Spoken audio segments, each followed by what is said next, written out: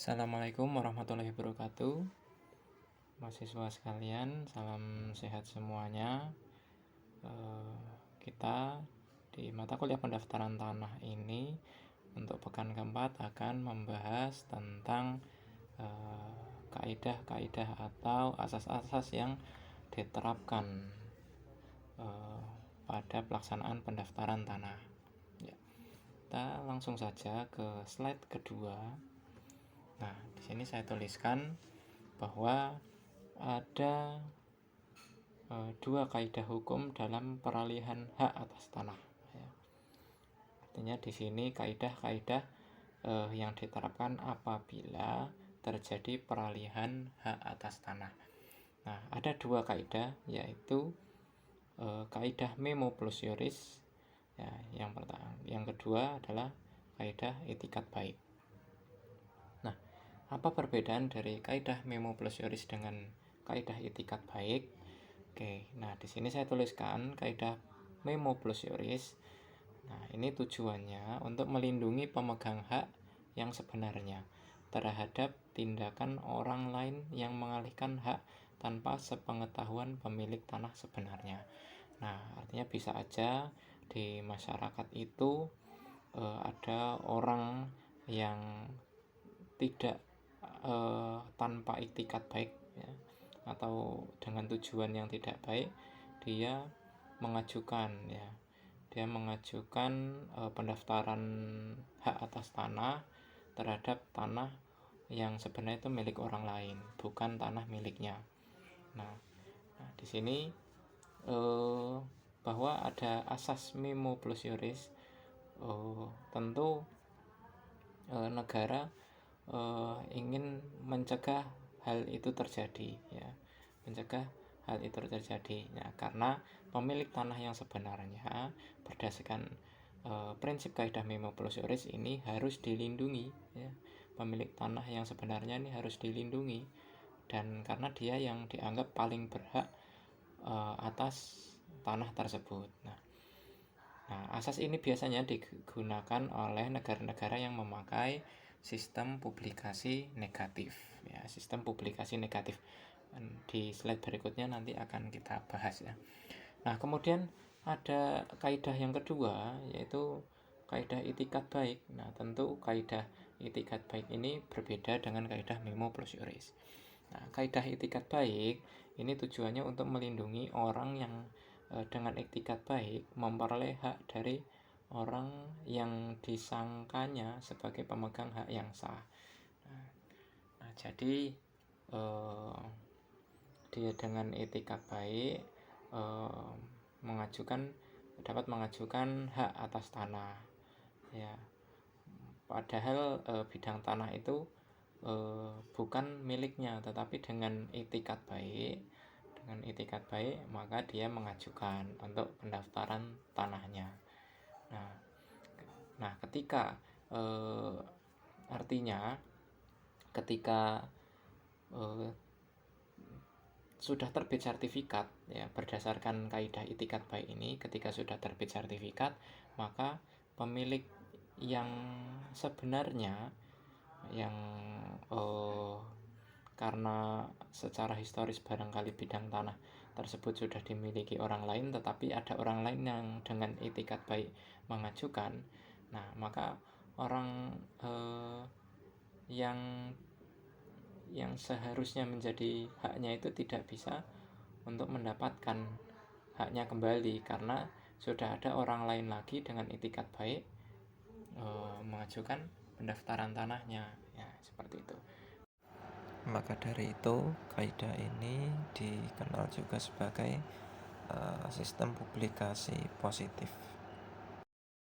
Baik, selanjutnya kita ke slide berikutnya, yaitu tentang sistem publikasi dalam pendaftaran tanah, ya. Kalau tadi di awal kita sudah membahas apa itu kaidah memo plus iuris dan apa itu kaidah itikat baik, ya. Ternyata memang itu merupakan dua hal yang berbeda. Nah, kaitan dengan dua kaidah tersebut, maka di sini kita bahas satu persatu terkait sistem publikasi yang ada di negara-negara, ya.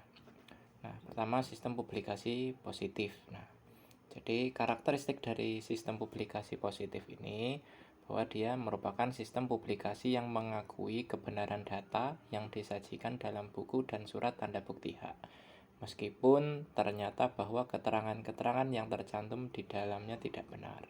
Oke, yang kedua, menjamin dengan sempurna bahwa nama yang terdaftar dalam buku tanah adalah tidak dapat dibantah, kendati pun ternyata ia bukan pemilik yang berhak atas tanah tersebut. Nah, ini karena sistem publikasi positif itu tadi didasarkan atas kaidah itikat baik, jadi bisa saja seseorang mengajukan pendaftaran hak atas suatu bidang tanah yang padahal itu bukan tanah yang miliknya ya, atau sebenarnya itu bukan haknya ya. Masih ada hak milik orang lain ya, atau pihak lain. Nah, berdasarkan sistem publikasi positif ini, maka kalau sudah terlanjur terbit ya buku tanah dan sertifikat tanahnya atau surat tanda bukti haknya ya, maka hal itu tidak dapat dibantah atau tidak dapat ditolak lagi, atau juga tidak bisa diganggu gugat lagi. Nah, sehingga orang yang dengan iktikat baik tadi ya, yang mengajukan pendaftaran ya, setelah disetujui dan terbit sertifikatnya, nah ketika ada pihak lain yang mengganggu gugat, nah maka percuma, nah, ganggu gugatnya tidak akan diterima, dan tanah tersebut tetap menjadi pemilik sah ya atas nama orang yang namanya tercantum dalam surat tanda bukti hak itu. Nah, mungkin ya kita kalau sistem ini tentu tidak bisa diterapkan di Indonesia karena surat tanda bukti hak ini merupakan tanda bukti yang mutlak ya, tanda bukti yang mutlak dan tidak dapat diganggu gugat lagi. Nah, sehingga orang yang sebenarnya menjadi pemiliknya ini tidak akan ada kesempatan lagi untuk memiliki tanah. Nah, dan tentu dia akan kehilangan untuk selamanya ya. Nah, sehingga biasanya negara-negara yang menganut sistem publikasi positif ini dia memberikan insentif atau semacam ganti rugi kepada pihak yang memang sebenarnya menjadi pemiliknya. Nah, sedangkan pihak yang namanya tercantum dalam sertifikat yang sah, ya dia tetap menjadi pemilik tanah. Dia menjadi pemilik tanah yang secara sah di hadapan hukum negara. Nah, sedangkan yang menjadi pemilik yang sebenarnya dia mendapatkan ganti rugi. Ya, entah itu ganti rugi berupa bidang tanah yang lain atau ganti biaya ya, itu tergantung dari kebijakan pertanahan di negara masing-masing. Nah, selanjutnya yaitu sistem publikasi negatif. Nah, di sini karakteristiknya adalah bahwa yang pertama, negara tidak menjamin mengenai kebenaran data yang disajikan. Nah, yang kedua, sistem ini melindungi pemegang hak atas tanah yang sebenarnya dari tindakan orang lain yang mengalihkan hak tanpa diketahui oleh pemegang sebenarnya. Nah, maka di sini ya yang perlu digarisbawahi adalah bahwa kalau sistem publikasi negatif, negara itu tidak menjamin kebenaran data, dan negara tidak menjamin adanya surat tanda bukti hak gitu, walaupun sudah diberikan surat tanda bukti hak. Nah, surat tanda bukti hak itu bukan merupakan tanda bukti yang kuat ya.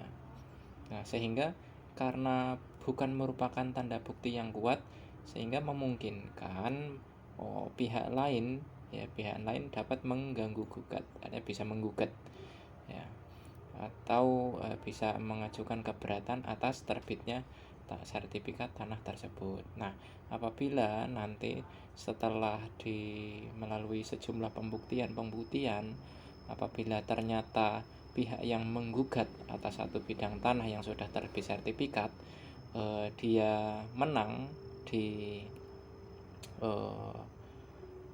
pengadilannya, ya, karena pasti kalau gugatan itu pasti ke pengadilan, ya.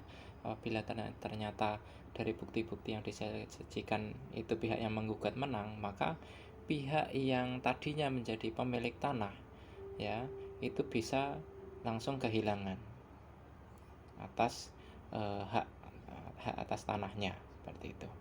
Nah, ya memang karena negara nggak menjamin gitu, karena di sini bahwa negara berkeyakinan orang lain pun, pihak lain yang merasa memiliki tanah tersebut, ya diberikan kesempatan untuk menggugat gitu. Nah inilah termasuk kelemahan dari sistem publikasi negatif. Nah, negara-negara yang menganut sistem ini biasanya juga memberikan ganti rugi atau kompensasi bagi mereka yang tadinya jadi pemilik tanah tiba-tiba hilang karena ada pihak yang menggugat, ya gitu. Ya, ini bisa beberapa negara dia memberikan ganti rugi, dan ganti ruginya juga tergantung dari kebijakan negara masing-masing, apakah diganti tanah yang lain atau biaya. Ya, biasanya yang mudah itu kalau diganti biaya. Nah, jadi untuk sistem publikasi negatif ini tujuannya memang untuk mencapai sebenar-benarnya pemilik hak atas tanah gitu. Ya, jadi bagi mereka yang memang nggak punya, yang kalah di pengadilan, ya bisa aja langsung kehilangan bidang tanahnya. Nah, itulah tadi sedikit perbedaan publikasi positif dan publikasi negatif. Ya, intinya di sini ada kelebihan dan kelemahan. Kalau kita berbicara kelebihan, sistem publikasi positif ini dia bagi pemilik tanah awal, dia akan selamanya menjadi pemilik gitu. Apabila ada pihak yang menggugat, ya nggak akan mempan gitu. Nah, tapi kelemahannya sistem publikasi positif, ya pihak yang memang sebenarnya menjadi pemilik tanah karena sudah terlanjur terbit sertifikat atas nama orang lain, ya dia nggak akan punya kesempatan untuk memiliki tanah tersebut gitu. Ya mungkin mau nggak mau negara harus memberikan semacam ganti rugi atau kompensasi seperti itu. Nah, kemudian kalau berbicara sisi positif dan sisi negatifnya, untuk sistem publikasi negatif ada sisi positifnya. Nah, sisi positifnya di sini adalah bahwa negara ingin menjunjung tinggi atau ingin mencapai bahwa bidang tanah tersebut dimiliki oleh pihak yang memang sebenarnya, ya, oleh pihak yang sebenarnya, menjadi yang seharusnya menjadi pemilik tanah. Nah, sedangkan sisi negatif dari sistem publikasi negatif ini, ya apabila dari pihak yang menggugat itu bisa benar-benar membuktikan bahwa itu bidang tanah itu miliknya, ya otomatis pemilik tanah yang awal yang digugat maka akan kehilangan tanahnya, ya, akan kehilangan tanahnya secara langsung. Nah, ya mau nggak mau bagi pemilik yang kehilangan, ya sebaiknya memang diberikan kompensasi, ya, atau ganti rugi atas kehilangan tanahnya. Nah, sekarang bagaimana dengan sistem publikasi pendaftaran tanah yang berlaku di Indonesia? Nah, ternyata Indonesia ini menganut sistem publikasi negatif yang mengandung unsur positif. Nah, kok bisa ya? Sistem publikasi negatif tapi mengandung unsur positif. Nah, ciri-cirinya ada 3 poin ini, ya.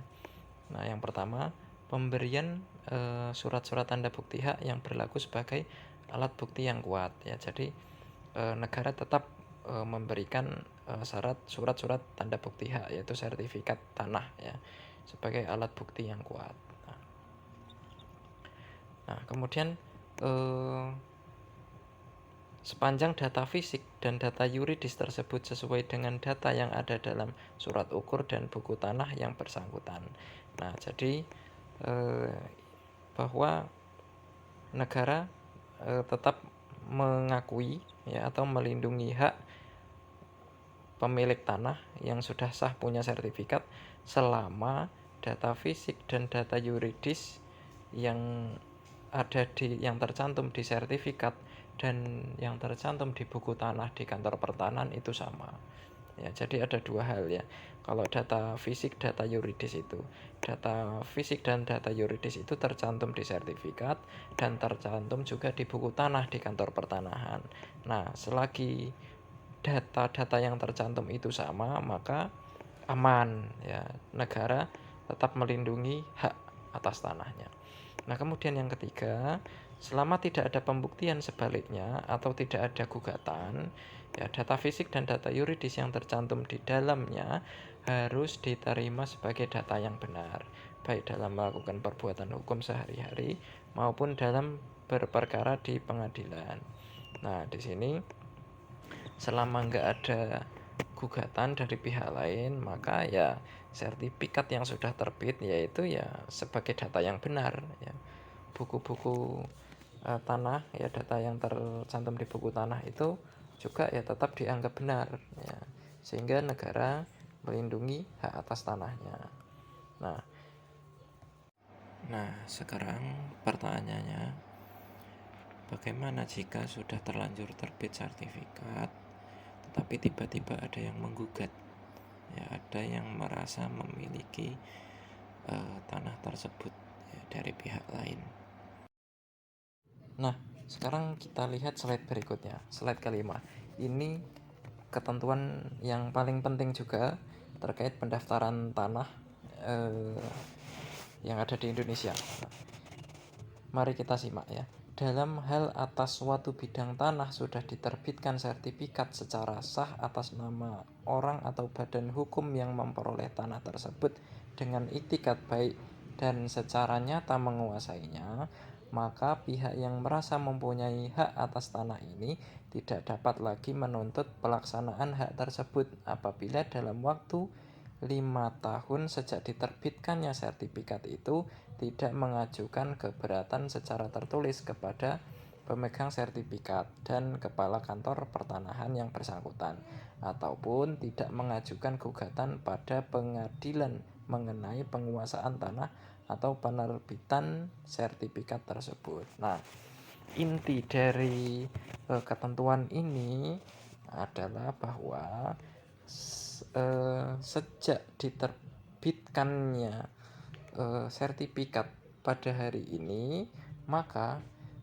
negara memberikan jeda waktu ya selama 5 tahun apabila ada pihak lain yang mengajukan keberatan ya, mengajukan keberatan secara tertulis kepada pemegang sertifikat dan kepala kantor atau mengajukan ke pengadilan. Nah, apabila dalam 5 tahun itu ternyata ada yang mengajukan keberatan ya, maka nanti tentu itu masalah itu akan diselesaikan gitu, akan diproses gitu. Jadi siapa nanti yang ternyata menjadi pemilik tanah yang sah gitu, yang benar ya, melalui sejumlah pembuktian. Tapi apabila dalam kurun waktu 5 tahun di bidang tanah yang terbit sertifikat itu nggak ada gugatan dari pihak lain, maka secara otomatis nanti pihak yang menjadi pemegang sertifikat yang namanya tercantum di sertifikat itu ya sudah menjadi pemilik yang sah selamanya gitu. Jadi apabila ada pihak yang menggugat setelah 5 tahun ya, maka nggak akan bisa ya, nggak akan terlaksana tuntutannya Ya karena sudah lewat jangka waktu 5 tahun. Nah, itu ketentuan yang ada di Indonesia. Nah, inilah yang dimaksud juga dengan sistem pendaftaran tanah, ya sistem publikasi negatif bertendensi atau mengandung unsur positif, ya. Sistem publikasi negatifnya apa sih maksudnya? Ya karena sistem publikasi negatif ini ya negara tetap memberikan kesempatan kalau emang ada orang pihak lain yang menggugat gitu. Tapi diberi jangka waktu 5 tahun. Nah, diberi jangka waktu 5 tahun, tapi kalau sudah lewat 5 tahun, nah maka nanti berubah jadi sistem publikasi positif, ya artinya kalau sudah 5 tahun nggak ada pihak lain yang bisa menggugat, ya kayak gitu ya. Jadi sistem pendaftaran tanah, sistem publikasi ya, sistem publikasi negatif bertendensi positif ya itu. Nah, asas lainnya ya, yang kita pelajari juga ya, yang perlu kita ketahui, yaitu yang pertama ada asas publisitas atau open barhead ya. Nah, asas publisitas ini bahwa daftar umum yang diselenggarakan dalam pendaftaran tanah itu bersifat terbuka untuk umum ya. Daftar umum ini ya daftar-daftar kepemilikan tanah seperti itulah gitu. Nah, intinya di sini sifatnya terbuka untuk umum, artinya nggak halayak, nggak semua orang bisa melihat juga, tetapi bagi mereka yang memang membutuhkan ya, bagi mereka yang membutuhkan atas keperluan tertentu, daftar umum ini terbuka ya untuk umum gitu, tetapi bukan umum yang sifatnya bebas ya, artinya terbuka tapi untuk keperluan-keperluan tertentu. Nah, selanjutnya asas ini ya bahwa orang lain dapat memeriksa untuk mengetahui hak dan perbuatan hukum menyangkut bidang tanah. Nah, jadi untuk memeriksa perbuatan hukum dan menyangkut bidang tanah. Misalnya ingin ngecek bahwa tanah ini berada dalam sengketa atau tidak, atau tanah ini ngecek lagi dalam proses jual beli apa enggak, atau bisa juga ngecek tanah ini masih dalam proses sewa apa enggak dan sebagainya. Ya itu bisa dicek kalau memang dibutuhkan ya. Kemudian berikutnya, setiap orang dapat mengetahui semua hak dan perbuatan hukum mengenai tanah.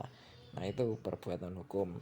Ya, itu tadi masih jual beli atau tidak, atau dalam sengketa, atau masih dalam proses sewa menyewa misalnya ya. Ya, dia punya hak setiap orang ya. Oke, selanjutnya penerapannya dapat menggunakan sarana berupa daftar-daftar umum dan lembaga pengumuman ya.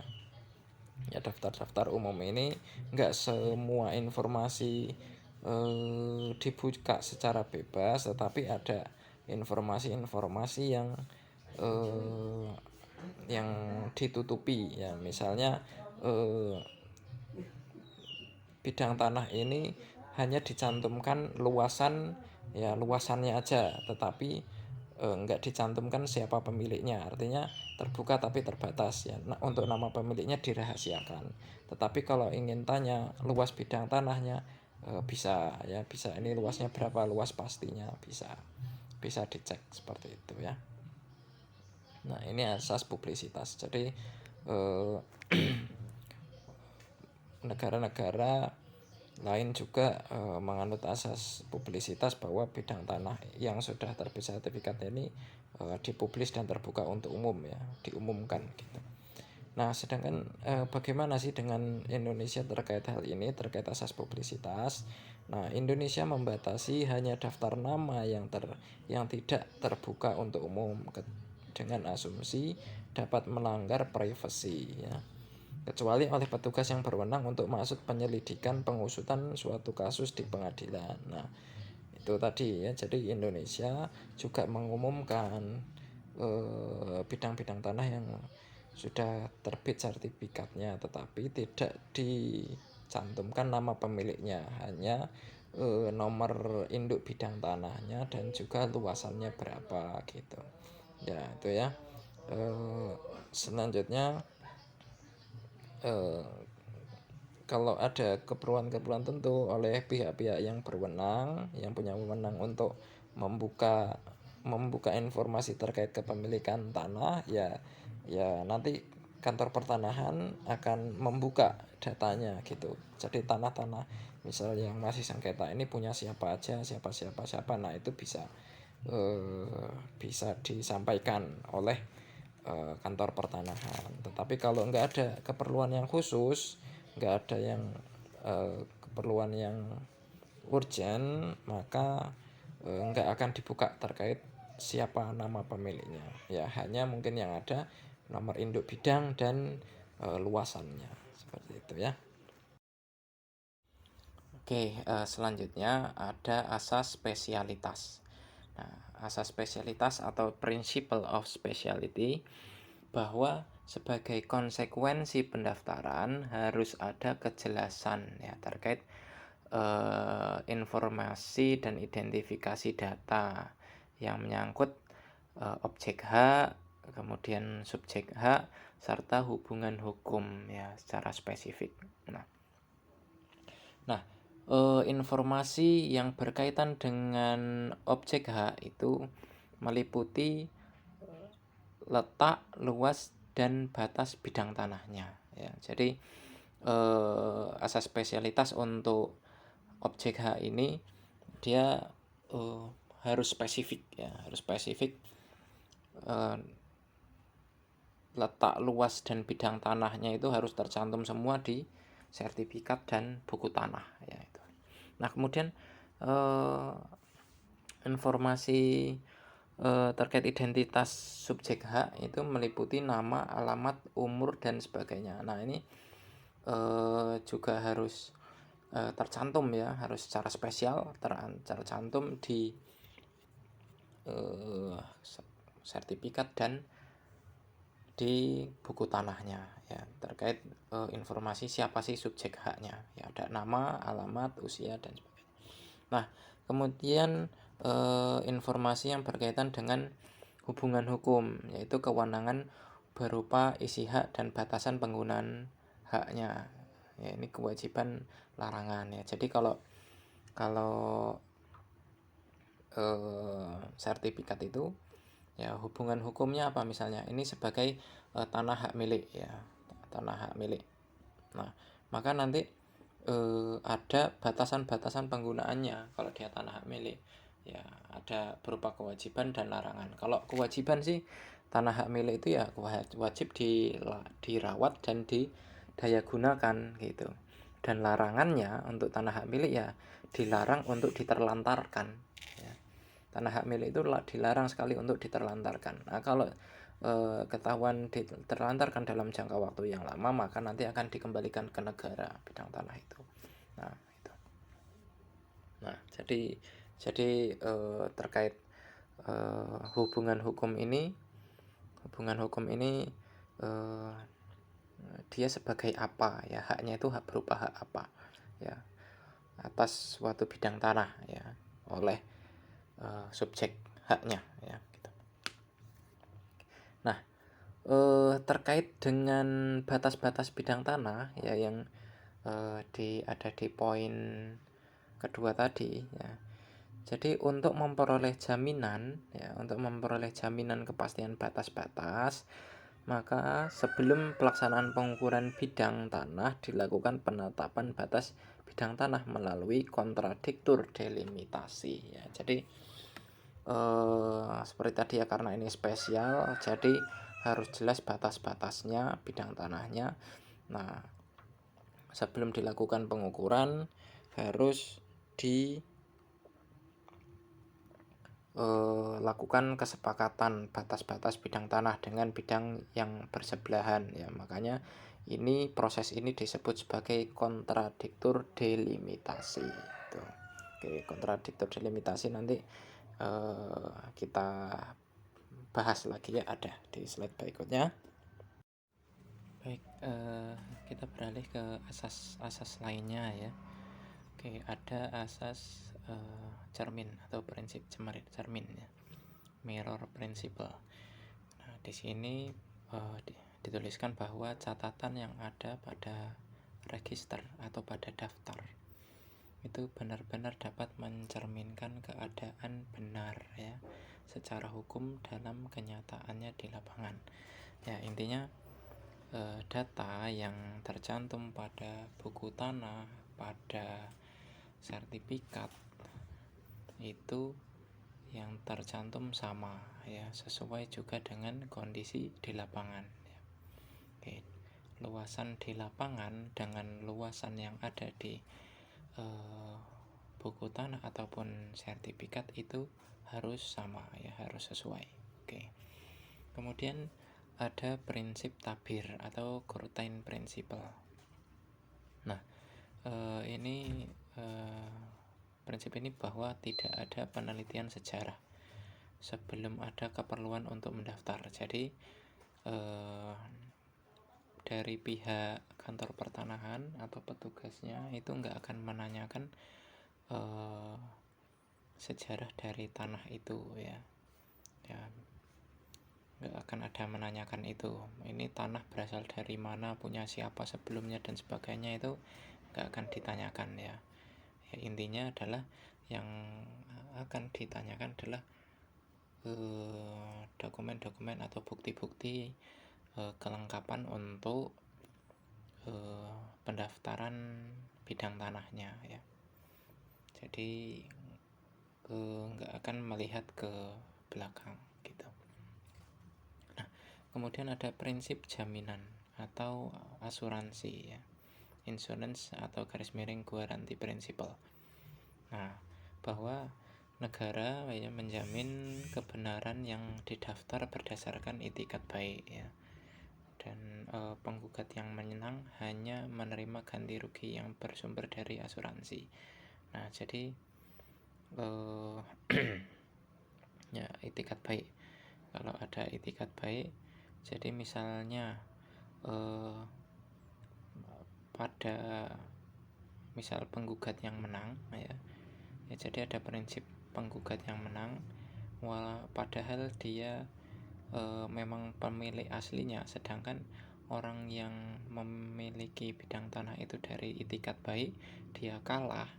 Nah, orang yang itikat baik itu dia tetap mempunyai bidang tanah, sedangkan penggugat yang sebagai yang menang ketika persidangan itu hanya mendapatkan ganti rugi yang bersumber dari asuransi ya. Itu jadi prinsip jaminan ya. Jadi ada kondisi di mana penggugat itu menang dan bisa mendapatkan bidang tanahnya sendiri, tapi bisa juga penggugat itu tidak mendapatkan bidang tanah tetapi mendapatkan ganti rugi ya dari asuransi, seperti itu ya.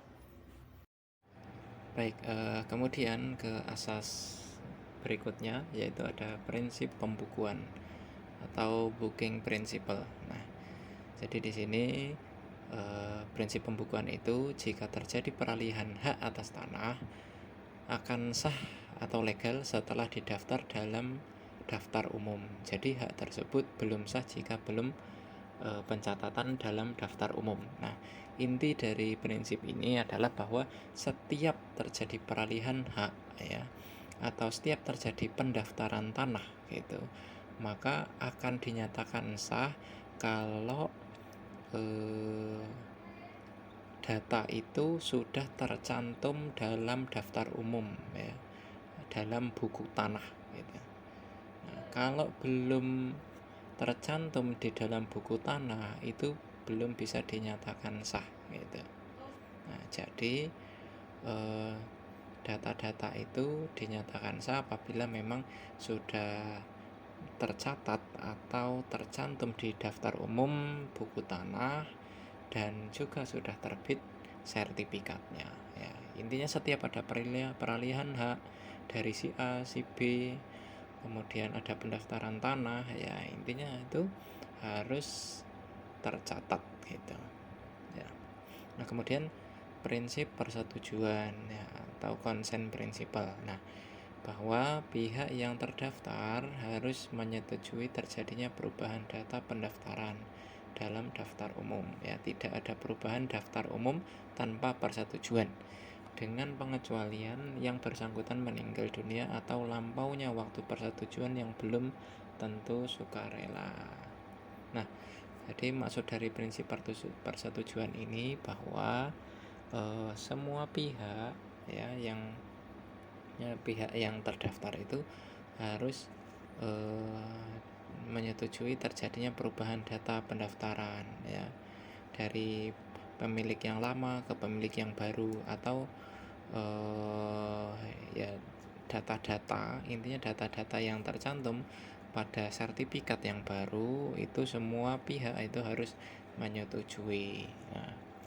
Nah, seperti yang sudah saya sampaikan beberapa pertemuan yang lalu, yaitu apalagi dalam hal pernikahan, ya, maka peralihan hak, ya, atas suatu bidang tanah itu harus disetujui baik suami maupun istri, dan juga harus ada persetujuan juga dari ahli waris. Dalam kondisi tertentu, ketika pihak yang didaftar itu ternyata meninggal, ya, atau waktunya habis, ya, maka itu tidak perlu ada persetujuan gitu. Jadi langsung saja didaftarkan ke ahli warisnya atau ke pendamping hidupnya, baik itu suami maupun istri, ya, itu. Nah, berikutnya yaitu kita ke jaminan atas bukti peta. Nah, jaminan atas bukti peta ini kita ingin mengetahui seberapa handal peta itu menjadi kekuatan dalam pembuktian, ya, sebagai alat pembuktian. Nah, bahwa di sini peta itu tentunya dihasilkan dari kegiatan survei kadastral atau survei kadaster atau pengukuran bidang tanah, ya. Jadi kalau dari pengukuran itu nanti hasilnya adalah peta.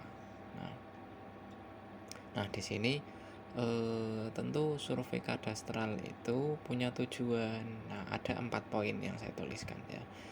Nah, di sini bahwa yang pertama, bahwa proses pendaftaran tanah memenuhi syarat teknis yang dapat dipertanggungjawabkan. Nah, apabila bidang tanah itu dilaksanakan melalui mekanisme survei kadastral atau pengukuran bidang tanah, nah, maka itu secara teknis itu bisa dipertanggungjawabkan karena diukur langsung, ditentukan langsung batas-batasnya, luasannya dihitung juga. Nah, gitu. Dan juga atas kesepakatan dari para pemilik bidang tanah yang bersebelahan. Nah, poin yang kedua yaitu memuat informasi batas-batas bidang tanah, ya. Kemudian ada luasnya juga, ada titik dasar koordinat, dan diketahui juga sudut-sudut koordinatnya, ya. Nah, intinya kalau dari hasil pengukuran, ya, kita bisa paham betul batas-batas bidang tanahnya, luasnya berapa, koordinatnya, dan juga posisi sudut-sudut koordinatnya terhadap bidang tanah itu, gitu. Karena informasinya jadi lebih lengkap, ya, terkait bidang tanah. Nah, kemudian tujuan yang ketiga yaitu menghilangkan sengketa di kemudian hari atas tanah tersebut dengan menerapkan asas kontradiktur delimitasi. Nah, pihak yang bersebelahan atas bidang tanahnya wajib ikut memberikan kesaksian. Nah, jadi kalau pihak-pihak yang berbatasan atau bersebelahan langsung dengan bidang tanah yang akan diukur, maka orang-orangnya itu harus hadir, harus ikut, ya, memberikan kesaksian. Nah, harus hadir sehingga di kemudian hari nggak akan ada sengketa, ya. Nah, itulah namanya proses kontrak, ya, kontradiktur delimitasi, ya. Itu kontradiktur delimitasi itu penerapan asas kesepakatan atas batas-batas bidang tanah, ya, supaya menghindarkan para pemilik bidang tanah dari sengketa. Nah, poin yang terakhir ya tujuan yang keempat yaitu batas-batas bidang tanah yang ditetapkan dalam peta dapat menjamin kepastian hukum. Nah, tentu kalau sudah ada batas-batas bidang tanahnya, ya sudah diukur, kemudian sudah digambarkan di dalam peta, maka bukti peta itu menjadi sangat kuat. Ya. Baik, selanjutnya terkait jenis batas-batas bidang tanah ya, karena dari kegiatan survei kadastral itu pasti menggunakan batas-batas bidang tanah yang juga diukur untuk dibuatkan peta bidang pendaftarannya. Nah, jenis batas bidang tanah ini ada 3 ya. Yang pertama ada batas umum yang merupakan batas bidang tanah yang letaknya sudah diketahui oleh masyarakat umum. Ya, misalnya batas alam, batas jalan, saluran air, sungai dan sebagainya. Ya. Oke. Itu batas umum. Kemudian batas tetap ada, yaitu merupakan tanda batas permanen namun tidak atau belum memenuhi asas kontradiktur delimitasi ya. Jadi batas tetap itu hanya sekedar patok biasa bidang tanah yang dimana biasanya bidang tanah ini belum didaftarkan ya, bidang tanahnya belum didaftarkan. Nah, itu hanya menggunakan batas tetap. Dan juga belum ada asas kontradiktur delimitasi ya, artinya memang belum disepakati batas-batasnya ya, belum disepakati oleh pihak-pihak yang bersebelahan. Nah, kemudian ada batas terjamin. Nah, ini merupakan tanda batas permanen atau tetap yang sudah memenuhi asas kontradiktur delimitasi ya. Jadi sudah ditetapkan batasnya di lapangan oleh pejabat pemerintah atau hakim berdasarkan penunjukan pemilik dan disetujui pemilik yang bersebelahan, serta dapat digunakan untuk rekonstruksi batas-batas bidang tanah. Nah, jadi batas terjamin ini memang sudah disepakati oleh pemilik tanah dan pemilik tanah yang bersebelahan, dan dari sana nanti kalau memang sudah disepakati batas-batasnya maka akan ditetapkan ya, dicatat oleh pejabat pemerintah yang berwenang. Nah, itu ya, kalau sudah disepakati maka itu sudah memenuhi asas kontradiktur delimitasi dan dapat diterbitkan sertifikat atas tanahnya. Nah, itu tadi ya, jenis-jenis batas bidang tanah ini akhir materi kita. Saya ucapkan terima kasih atas simaknya ya. Jadi terima kasih yang sudah menyimak dan sudah mendengarkan, semoga bermanfaat dan tetap semangat untuk belajar. Saya yakin melalui video kali ini bisa juga menjadi alternatif belajar kita ya. Cukup sekian, saya akhiri. Wabillahi taufiq wal hidayah. Wassalamualaikum warahmatullahi wabarakatuh.